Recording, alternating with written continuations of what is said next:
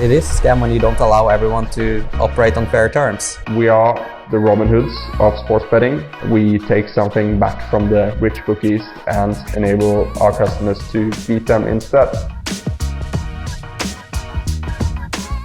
G'day everyone, Alex here. Welcome to episode 27 of the Trademate Sports Betting Podcast. We've managed to get another guest on today, and finally it's someone that is actually not an Englishman. We've actually managed to get someone from a different country on the podcast, which is quite a feat in itself. Today we're welcoming a professional sports bettor. I'll try pronounce his name as best as possible. I'll give it a crack, mate. Is it Harout Massoyan? Oh, that's perfect. Yeah. Oh, who would have thought? First go. I can't believe that. Very proud of myself. But mate, it's great to have you on, and it's good. It's rare that we get to talk to, anyone in the industry that gets to talk to a professional sports bettor. There's not many out there, talking on podcasts, interviews, whatever you want to call it, and putting their name in there. So thanks for coming on. Mate, do you want to just quickly tell us a bit about yourself, how you got to becoming a professional sports bettor? And I think the one of the great things reasons why I wanted to get you on the podcast is you mentioned that in your early days, you kind of you heard of Trademate, and it allowed you to adapt and evolve your betting game itself. And you explained it as it kind of gave you that aha moment. Yeah, thank you to you, Alex, and Trademate for having me on the podcast today. I appreciate the opportunity for us to share a conversation and provide value to our listeners.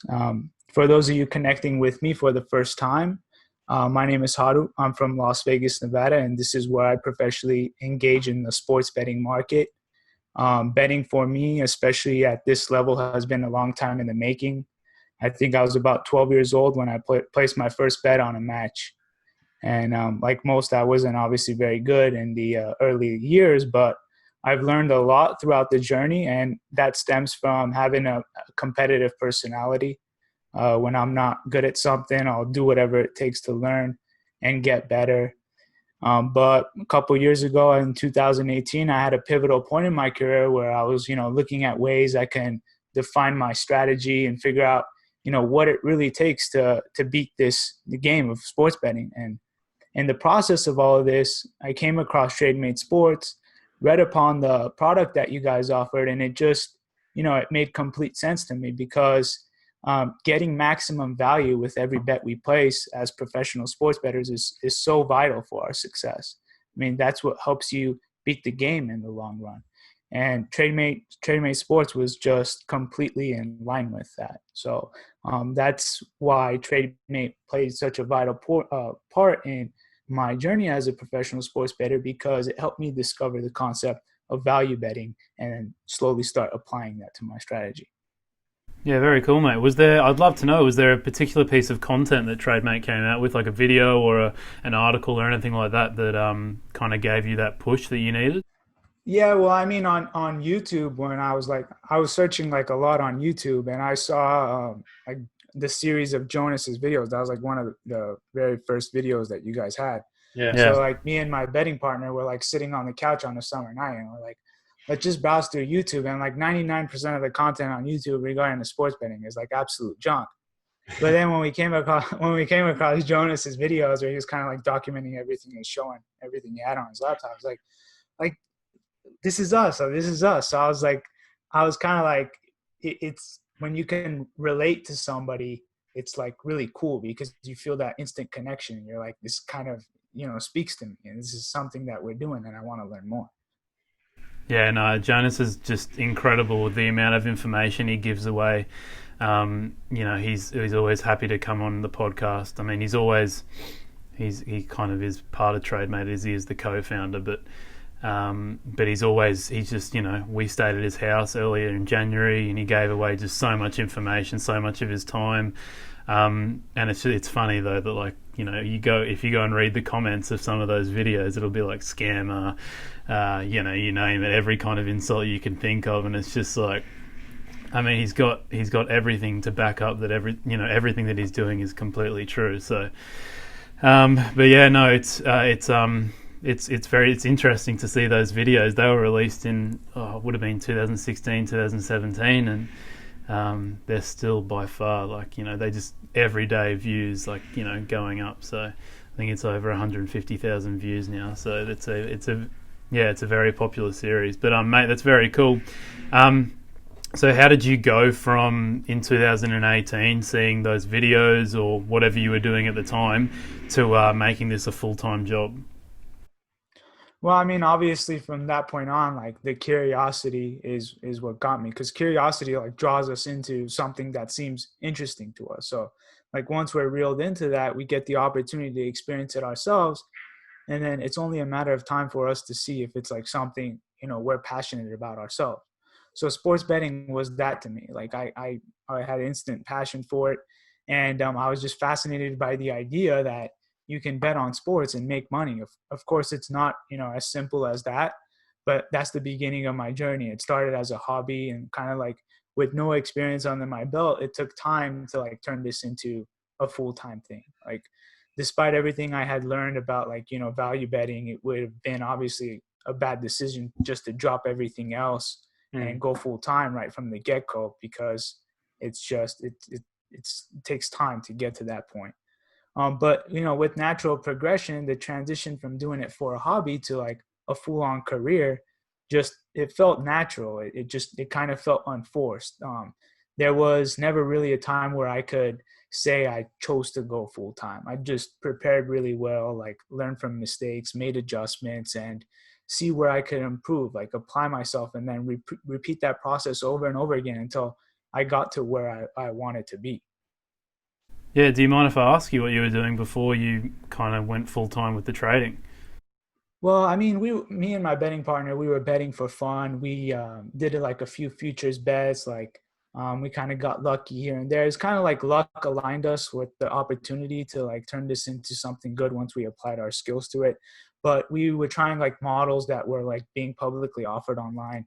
And I think we ran really hot for a long time. But when we were testing like how some of those bets played out in terms of like closing line values and things like that, we just really realized that what we were doing was probably not really profitable long term.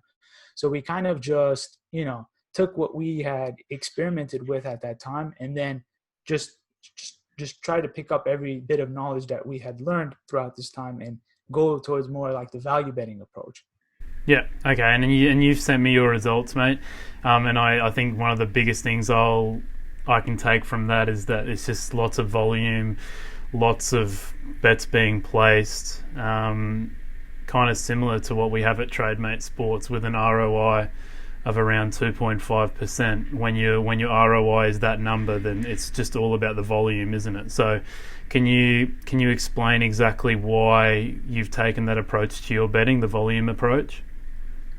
Yeah, well, to me, like as a sports bettor, opportunity is like really valuable. Like the more bets we place with a positive expected value, we compress the effect that variance has on our results. And that's really valuable when you're working in a career where your pay is, really not guaranteed. Your paycheck's not guaranteed at the end of the week or the end of the month. So thanks to a high volume approach, my betting partner and I haven't had a losing month since July of 2019. So when you have an edge on a game, you want to be able to capture that. If you and I, like for as cliche as an example as this is, if you and I bet on a coin flip and I offer you odds of 2.4 on either side, you'd probably do anything to play that game at those odds and simulate it as many times as possible, because your expected value is about 20% of your stake. So the reason why I much volume as possible is because I'm able to capitalize on as much opportunity within each like betting session, and then maximize my earning potential. Because when you take volume and combine it with positive expected value, that's a formula for a lot of money. Yeah, no, exactly, mate. You're completely right. And it's a shame that people don't, because people look at value betting and they'll judge it off a week or two, their first week or two doing it, and they don't realise that, even if there's such high probability that you could lose just about every bet, and then there's the other side too, where you could win just about every bet. So it's about coming into it with the right mindset, I guess, and realising that these kind of results can take place. Mate, let's talk about your edge itself. How are you? What are the kind of the ways that you're trying to find value out there? Well, I mean, nowadays when you're finding value, you have to be, quick. You have to be really fast. I mean, the market's just becoming more and more efficient. So finding value to me is always about getting the best quality information first. So at the end of the day, we know that the lines that are offered and being put out by the market are all priced on information. So I'm always finding ways like where I can get good quality information consistently and as fast as possible, whether that's through, Twitter or other forms of social media or proprietary software that we've built ourselves. Like one of my most important tools is obviously having a real-time odds software. So I'm able to see the entire market and then the movement patterns in the odds to then, apply technical analysis and kind of help me gauge the direction of the market as accurately as possible, so that I can beat the market with positive expected value and then beat the closing lines, because it's very easy to get a signal for a value bet and then go and place it. But I think when you reach a point where like your bankroll gets to a certain level, like you can't really rely on that anymore. You kind of have to apply yourself and start learning of ways to discover or determine which way the market's going to go, because you want to be able to get as much money down as possible and not just rely on betting at one out for like a couple $100.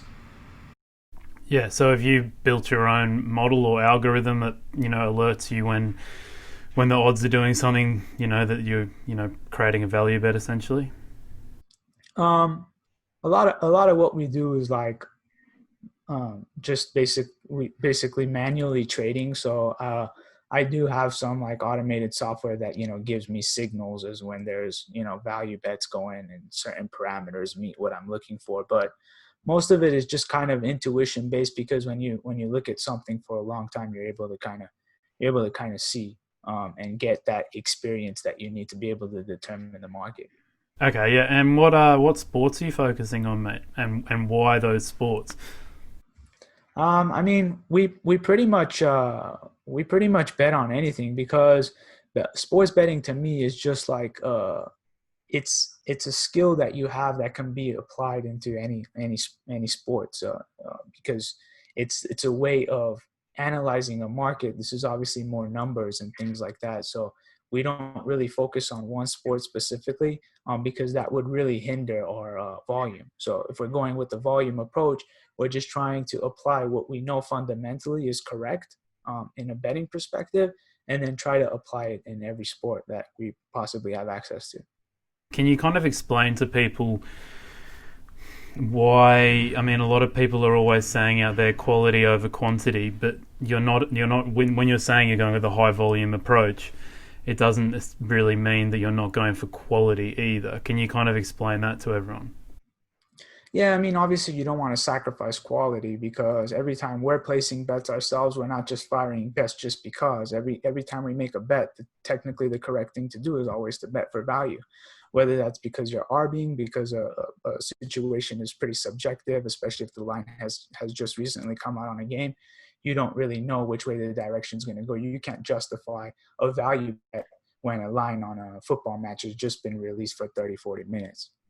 So, I mean, when I say high volume, you don't want to compromise quality. You want to be able to leave yourself open and have a lot of, sports books, have a lot of outs that give you access to a bunch of sports, because when you learn how to beat the game, beat the sports betting market, you slowly want to start expanding your reach. And when you expand your reach, you leave yourself available to bet different things in the market. Yeah. So how many bookmakers would you say that you're betting with? I mean, a lot. We probably have over like 30 or 40 currently. I mean, obviously, your longevity with like one account isn't so long, so you'll always look for another out that you can get access to. Is it primarily soft bookmakers, or would you say it's a mixture of both? I mean, I have access to like Pinnacle, Chris. Obviously, I want to be betting into those markets because you get a lot of opportunities to do some arbitrage stuff if the opportunity presents itself and you find it valuable to, have that liquidity. But most of the times when we're betting into value, of course, we're betting into softer bookmakers, but that's not necessarily always the case because, like I said earlier, if you have good quality information and you're able to gauge the market, it's okay to even bet into lines that currently don't necessarily have any market value. If you can justify a move based on what you're seeing and you're technically analyzing everything correctly, then you can even bet into, Pinnacle or some of the sharper books. And you mentioned to me off air that you during these times you've been betting on the Korean baseball, which is probably not a league or a league, I guess, that many people have heard about or many people follow. Can you explain how you found an edge there, basically? With KBO, it's a very interesting market because it's not like in the NBA or the football, soccer leagues where you really find value and then you go and hammer that side. KBO is a little bit of a different sport because you get a lot of volatility in the market throughout the day. If the favorite is getting some action or some steam, you can typically see it go up and down. There's never really consistent steam or sharp betting direction. So with KBO, what I really focus on is trying to build liquidity early on when the lines first come out. So if I get arbitrage bets available to me in the market, I'd like to bet on both those sides to just create a little bit of liquid value so I can start building my positions later on as I get better reads when new market information comes out. Okay, so you're not necessarily hedging your bet, you're also looking for an arbitrage kind of bet. Yeah, because in that instance, if you're a bettor like me, I'm not really so much on the modeling side of things because I specialize in betting. I bet the market. That's what I'm good at.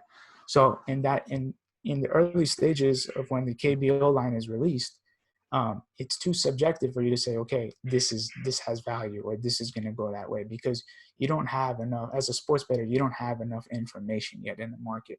So when we say that every bet should be for value, to me, arbitrage bets early on are a value bet because it's still subjective. So what does an arbitrage bet solve? It solves the subjectivity in the market, because if you have guaranteed money on both sides early on, when money's still just getting matched in the market, you have a guaranteed profit there. And what do you think about the arbitrage market in general? I mean, from what I hear, it's a lot. I don't do it much myself, but from what I hear, it's a lot harder to perform arbitrage betting than say 5-10 years ago. How do you go about that nowadays? Is it a lot harder? I mean, of course, it's a lot harder because there's more technology available to these sportsbooks. They have more tools. It's easier for them to stay in market.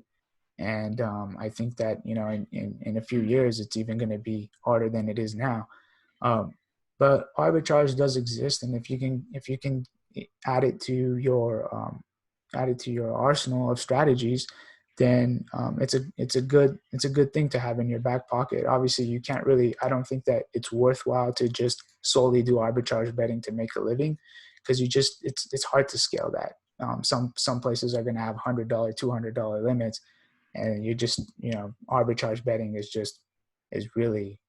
is tedious work. But if you're fast enough, you can pick some good things up sometimes. So would you say if you had to choose between arbitrage and value betting, where would you go, mate, if you had to choose one of them? Oh, value betting, hands down. That's an easy decision because, to me as a sports bettor, I don't care about the variance. When I'm arbitrage betting, it's only for value. But if I know that a line I'm betting into it has no subjectivity, like for example, an English Premier League match with an hour to go, if I know I can beat the closing line or the anticipated closing line by 20, 30 cents, there's no way I'm arbing that. I mean, that's guaranteed value right there. Yeah, that makes sense, mate.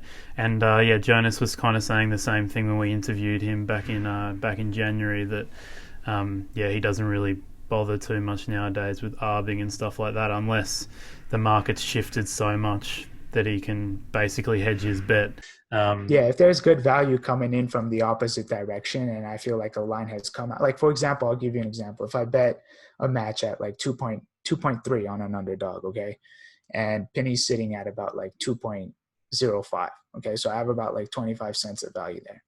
Let's just say on the other side, I'm also getting like a 2.2 or 2.5. If it 2.25, if they're out of market on both sides, I'm going to bet it because both sides are value. I'm not just going to leave one side riding because I'm leaving money on the table by not taking the other side. Technically, both sides are the correct play.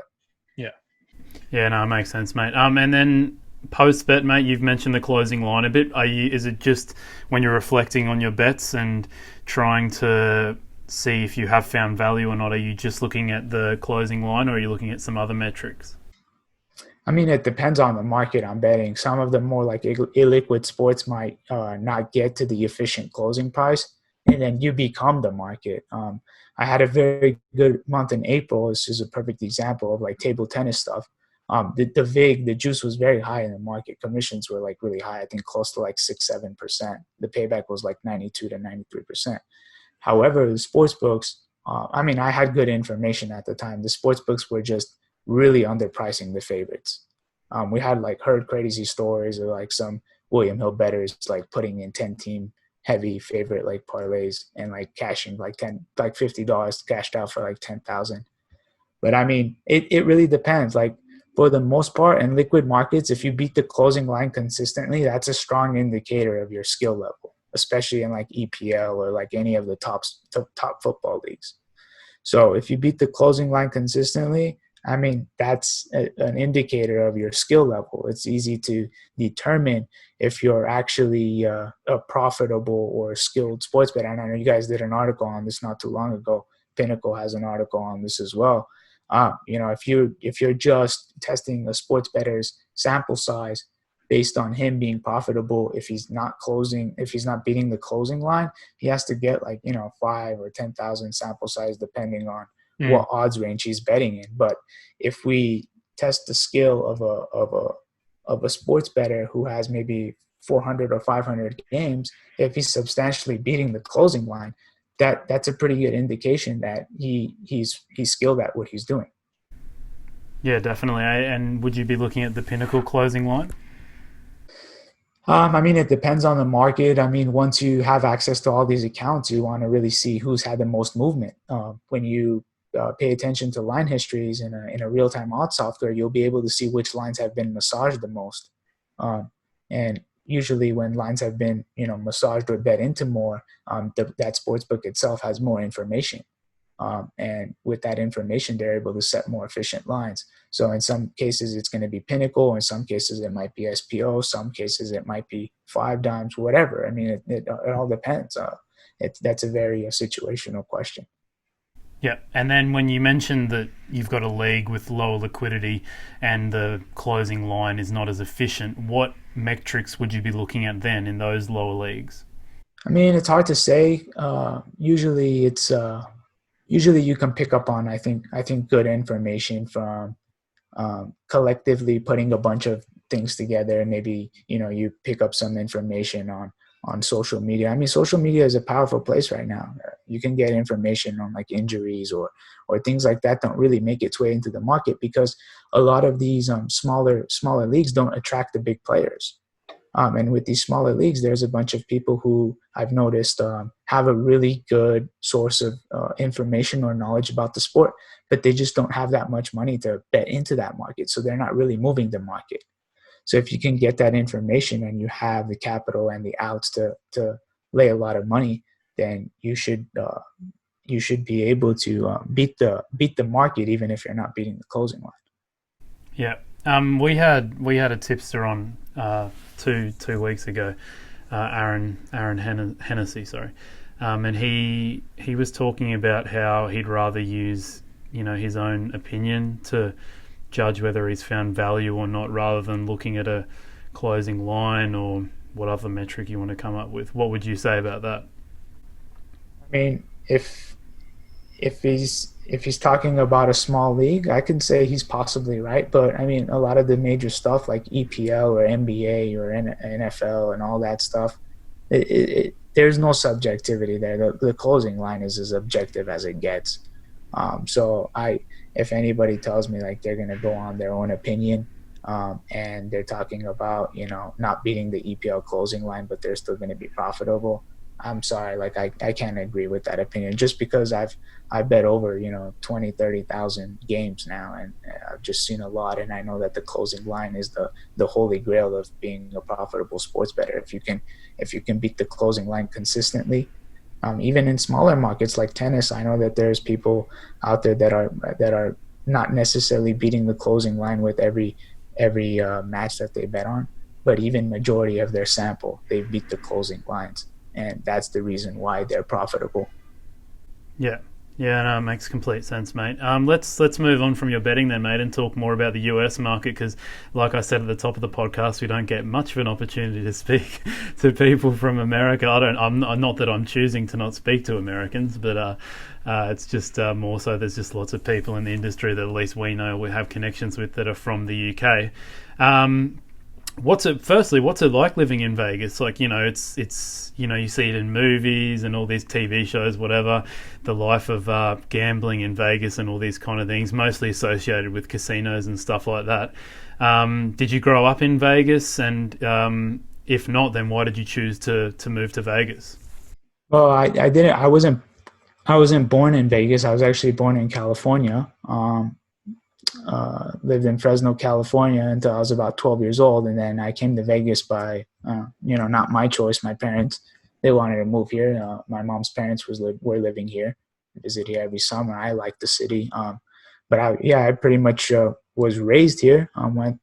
I've been living here ever since 12 years old. So, I mean, right now, obviously with the whole pandemic going on, it's kind of like dead here because our city lives off of tourism. There's people coming in here from all over the world to stay on the strip and enjoy what our city offers. But I mean, we're opening up again in a few days on June 4th. And to be honest, and it's kind of exciting because I like Vegas. Vegas is great. I haven't really lived anywhere else, so I can't really compare to anything else. But I can tell you that it's kind of cool to be able to live in a sports betting city, where I live is correlated with what I do for work. And not that it matters much because you can technically bet from anywhere, but the city always feels alive. Like there's always something going on at any time or day. And I like that. What's it like? I'm a massive UFC MMA fan. What's it like? I don't know if you follow it too much, but or even boxing. What's it like when a big fight's about to happen? Say, Conor McGregor fight or a Tyson Fury fight. These kind of big names. Is there a different feeling around the city? What's it like during fight week? Yeah, I mean, Fight Week is big in Vegas, especially because like a lot of the boxing matches have come out of MGM Grand in the past couple of decades. So, I mean, this is a mecca for the boxing industry. Floyd Mayweather originated from here, so everything that revolved around boxing for the past couple of years and beyond that has come out of Vegas. So, I mean, it's a really big fight city. UFC, MMA, boxing gets a lot of attention here in Vegas. You get a lot of action. At one point, I'm sure you've heard of the Westgate casino, yeah? The what, sorry? The Westgate Superbook. No, I haven't, sorry. Yeah, before, you've heard of Circa? Yeah. Yeah, before Circa, Westgate was like the pinnacle of Las Vegas. Yeah, Okay. They've kind of fallen back a little bit, but for the longest time, they were actually more efficient in MMA closing numbers than Pinnacle was. Mm. So I mean, MMA gets a lot of activity here from a lot of sharps, and even with like fight nights, if something is like on like pay-per-view, they won't show the fights at the sports books because they're not allowed to. You would just they dedicate like a ballroom, and they put it on a big projector, and then everyone would pay like an admission fee to go inside and watch and get drinks and food and things like that. Yeah, awesome. Have you been able to catch any fights in person or at the event? I actually haven't gone before this pandemic thing happened. I had a commitment that I was going to go to a fight. Because we started following UFC a lot. There was like so much betting opportunity, and it was fun. I mean, the matches last like a couple minutes on average, and then it's like exciting to watch at the same time. And it's a good sports bettors market too. Because if you really think about it, you don't want to hold on to your bets for a really long time. So the turnover time is really great. Like you place a bet and it gets graded like within a matter of minutes. I'd love to do some good research into the MMA markets and to see kind of if the probabilities match up when it comes to bigger odds too, because it's such an unpredictable sport, and with the the size of the gloves being so small, I'd love to see how often like your 3-to-1s, your 4-to-1s win compared to the implied probability of the odds, because like I said, like just the odd, just a knockout can happen at any time, not because someone essentially possesses power, but more so just because it's so unpredictable and the gloves are so small. Is that have you noticed that at all? I mean, I have. I mean, I pay attention to things like that, the finer details. But I mean, my theory is that if you can get a good priced underdog on because you think that on like people who stand up and throw punches and fight and aren't really on the ground game, there's more variance involved. So like, any underdog can, if they land the right punch, it's, you just get a knockout there within a matter of seconds, even if they're behind in the match. So I think with like heavy favorites, like you typically see that more in people who play a good ground game, because they're really more technical when it comes to the ring. And I think with technical skill and not just being a stand-up fighter, there's less variance involved there. So I think a lot of the heavier favorites are tied with people who are good on the ground. Yeah, and one of the, because the MMA, especially back in the day, maybe you're talking 10 years ago when no one really knew too much about MMA, there's just people aren't as knowledgeable about the sport. So there was lots of scenarios where people like a Conor McGregor or, your big names, the people that everyone know, they assume they're a big name because they're good at fighting, which is, mostly true. But when you get someone with a lesser name, like even, was it last year or the year before? It would have been late 2018 when Khabib fought Conor. People just assume Conor's going to win just because, he's got the bigger name and all these kind of things. But the people that watch the sport know that Khabib's probably the worst matchup you could ever have for Conor McGregor. And the odds on Khabib, I couldn't believe it. Like, I mean, I bet on Khabib, obviously, but I think it was very close to evens, which just made absolutely no sense to me and a lot of people in the industry. So I think people mix, like, your Ronda Rouseys, your Conor McGregors, they mix like star power with fighting ability. Yeah, I mean, people also, like, a lot of these, especially like the main events of a fight card, like they do get pretty good public money on them. So I mean, that does also kind of offset some of the sharp money. But even in instances like that, like people sometimes they do overpay for brand names, and you could see a little bit of a inefficiency is not that uncommon on the closing climb, because it regresses in the end. Like sometimes even if you beat a closing line, that just means that that's all the information that was available on that match. But that doesn't mean that the line was perfect. It was just perfect based on the amount of information that was available. Yeah, no, exactly, mate. There's definitely, I don't think it's 100% efficient yet, the MMA market, especially in those cases where there's big names coming up against lesser known names and they're not really thinking too much about their fighting ability. Let's talk about the US market then, mate. And how's the legality side of it tracking at the moment? I mean, last time I checked, I might be wrong, is it about 15 states it's legal in at the moment?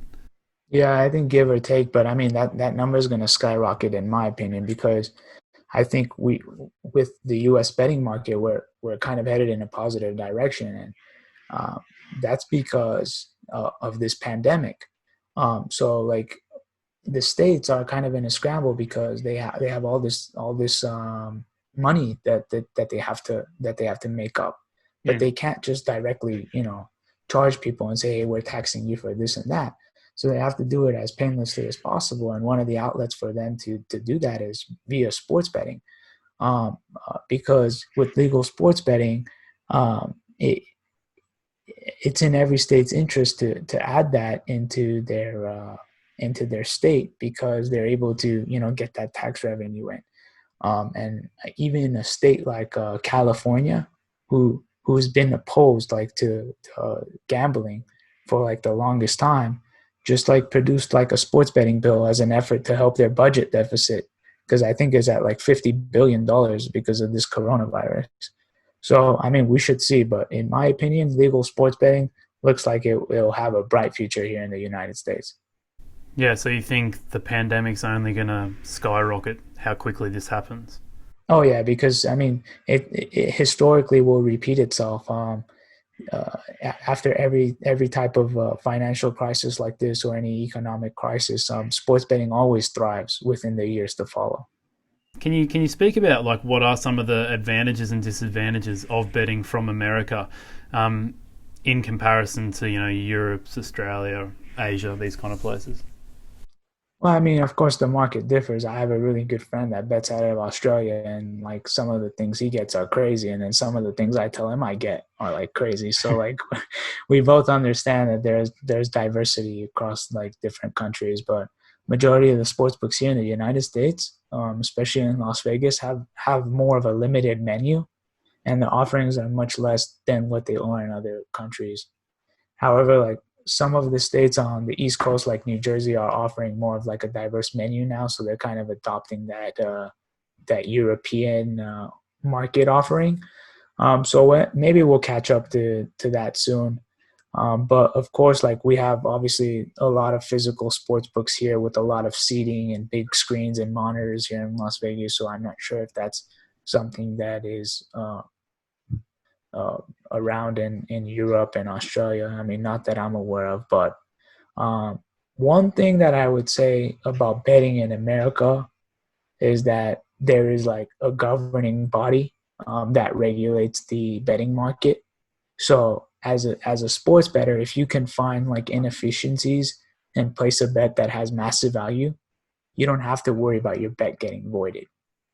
So that's definitely an advantage of the bettor here in the United States, because the sports books can't like free roll you on a line error. Like let's say you get a massive value and then the match starts and you're ahead by a big margin, and then the sports book sends you an email or something saying, hey, we're going to cancel your bet after that. So like you don't really get that in Vegas. It is what it is. If you get something good, that's it. It sticks. Yeah, and what are the betting? Are the betting limits much different to what it is like in Europe? I mean, in these sports books, like if you, other than Circa is like really good. Like their limits are fair and they apply like the same to everybody. It doesn't matter if you're good or if you're bad.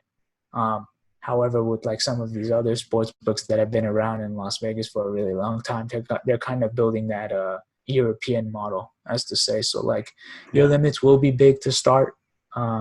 But over time, they'll just naturally decrease based on your betting patterns, and that's kind of like the standard in the industry now. Yeah. All right. And then I know you've got a good story about what you were talking about just before, about the inability of, or the bookmakers not being allowed to void bets where they've got the lines very wrong. Tell me about that bet you sent me a week ago, I think it was. Yeah, well, I mean, some time ago, before I was like completely banned by William Hill, which is like, I'll say it on this podcast like publicly, they're the worst sports book to ever be around. Nobody likes them. But I was betting a lot of soccer there. Their market was just like completely inefficient. Like it was just crazy. Like stuff that should be priced at like 1.9, I could get for like $3 at times. and like this was like every weekend. Like towards the end of my betting account, like before they shut everything down, they started obviously catching on to more like what I was doing based on my, betting patterns. But one thing that I don't like about William Hill's app that the other sports books don't have is that once you submit a bet and your account is already flagged, they put your bet in a queue, so it's not automatically approved. It goes to a trader. So one time that kind of backfired on them. And so I believe it was like it was the under 20 World Cup third place match. It was between Ecuador and Italy. Ecuador was sitting around like 2.1 in the market on Pinnacle. The limits were decent. And I was getting like 2.4. So not like a monster bet, but I was like, okay, it's a good value bet. I'll push it through in William Hill. So decent edge, but because they do that Q thing, what ended up happening is I tried to submit it, and then they saw my bet go through, and they denied it, and then they moved the line. So they basically take my information. Wow. They take my information, they move the line, and they don't even give me anything, not even like $10 or something. But I mean, so what ends up happening after that is when they moved the Ecuador to 2.1, they also had the draw. They had to shift it, obviously, to like keep the same payback percentage. So the draw was like sitting at like 3.4 at William Hill. Like the sharp market was like maybe 3.6. So not really like any value there, but they're just trying to move to like stay in market.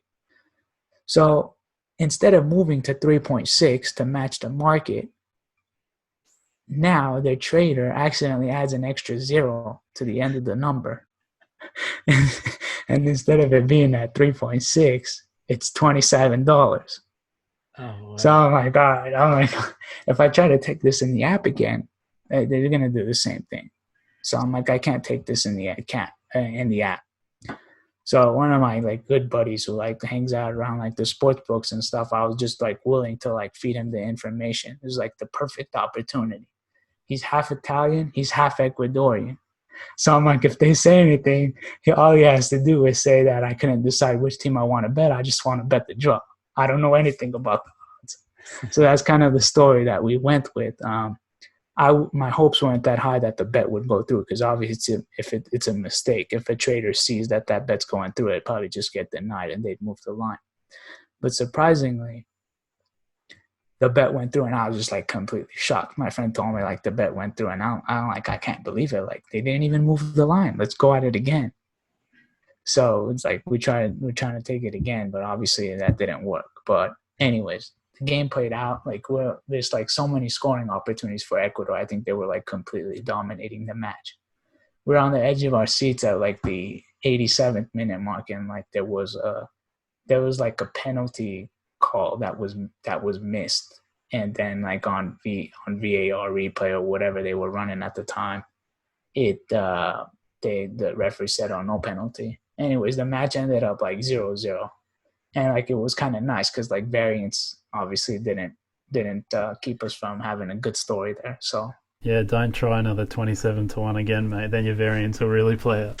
I mean, I don't know. I'm sure that that person, whoever let that bet go through or made that mistake, got into some kind of trouble. Yeah. Oh, man, surely. I mean, especially at a place like William Hill, they sound pretty ruthless. All right. So I'm assuming that'd be one of your biggest winning bets, mate. What about your biggest losing bet?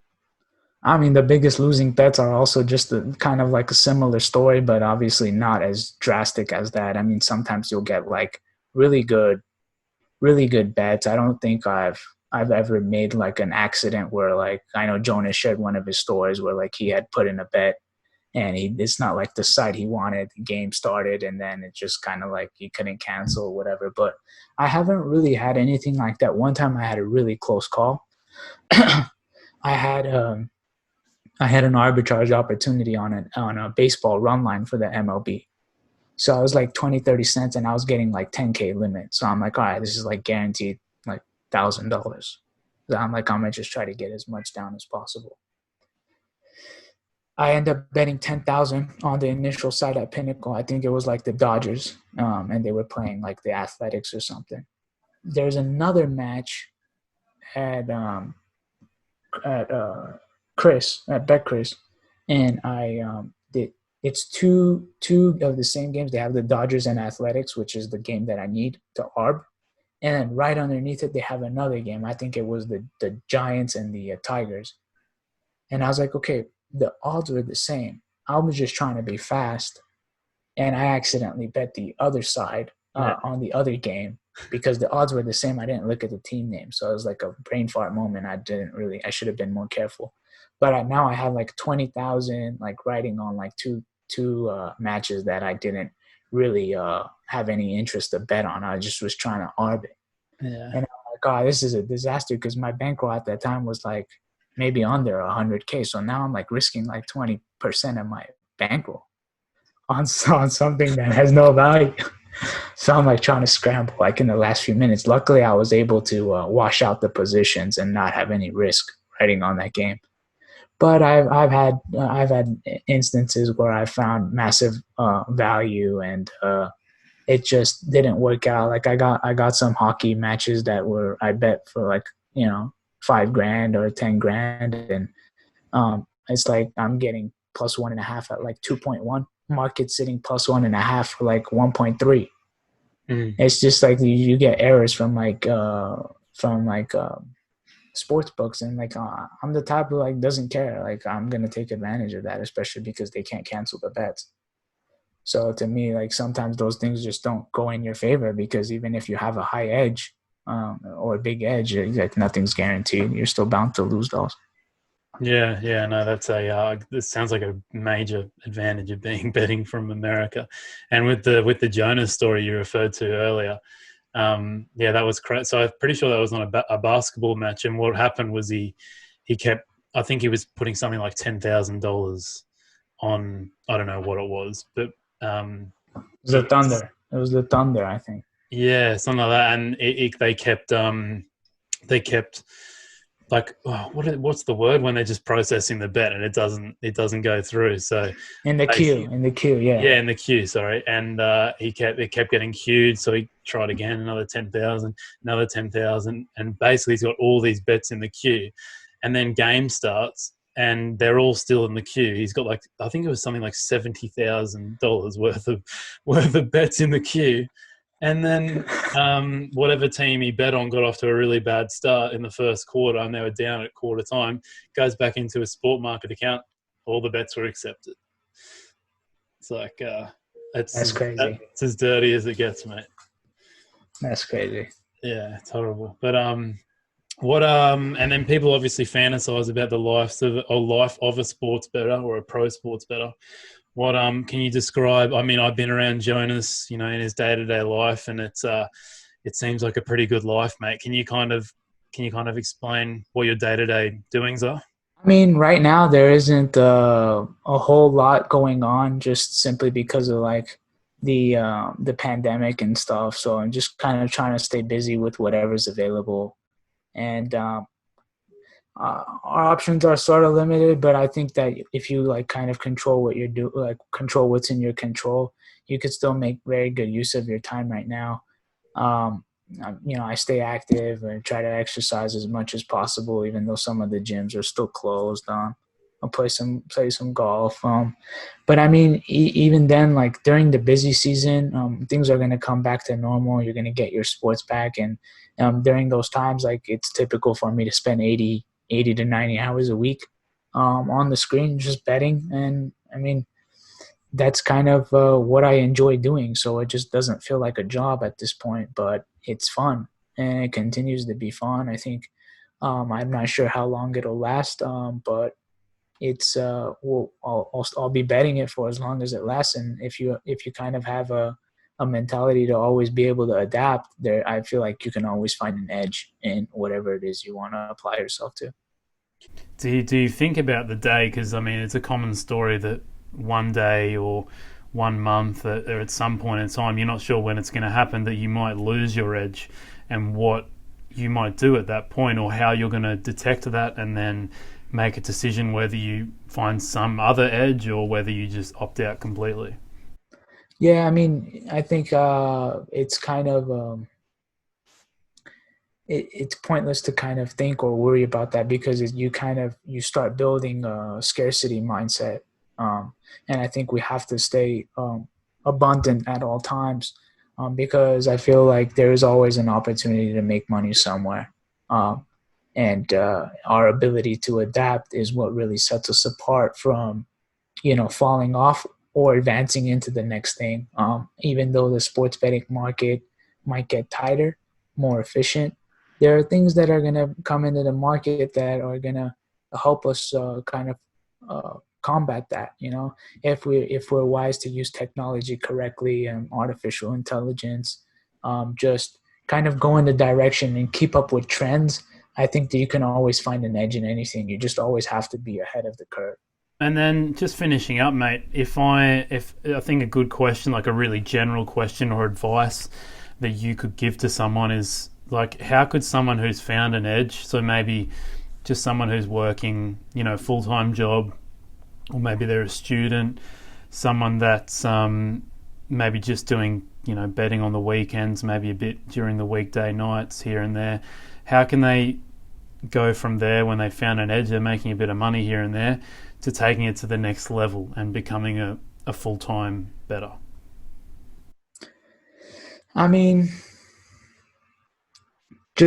just learn, like be a student of the game, because I think that there's a lot of good information out there if you find it, and if you want to take yourself to the next level, you just have to be mentally prepared and obviously develop the skills that you need to apply yourself and achieve the things that you want to achieve. So I mean, look for things that you can automate.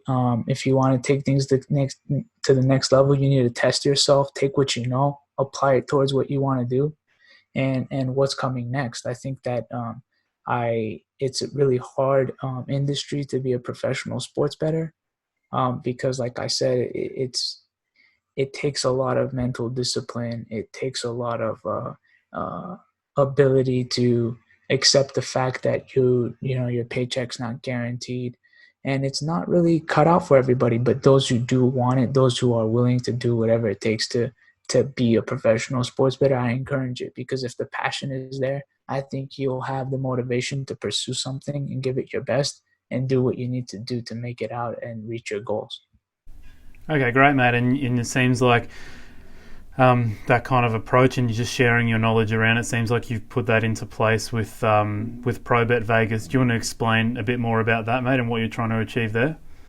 Yeah, Probet Vegas is a brand or a group I started a few years ago, and it's kind of like intended to be a platform to create a group of educated bettors that can empower like a sports betting community and help them learn the essential skills and tactics so that they can earn more money betting sports. Kind of like Trademate, but more on like the front end stuff, like what you need to do, like on a mental level, how you should manage your bankroll and things like that. So, I mean, right now we're focusing on launching a blog and podcast soon. It's going to be a project of Probet, and it's going to be titled a Better Perspective.